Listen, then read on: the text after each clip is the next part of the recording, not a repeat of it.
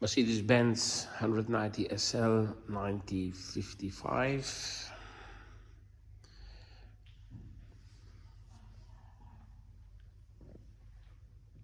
Bodywork is treated with a rust converter,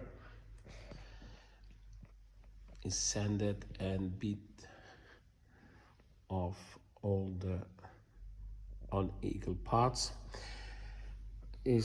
The weldings are treated with Plon 1075/25,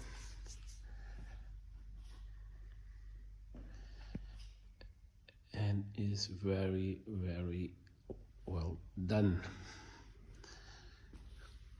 Very smooth.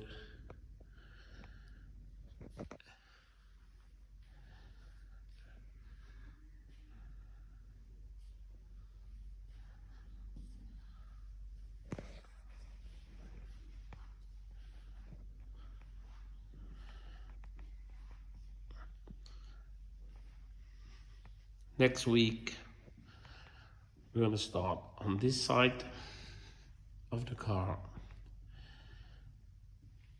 and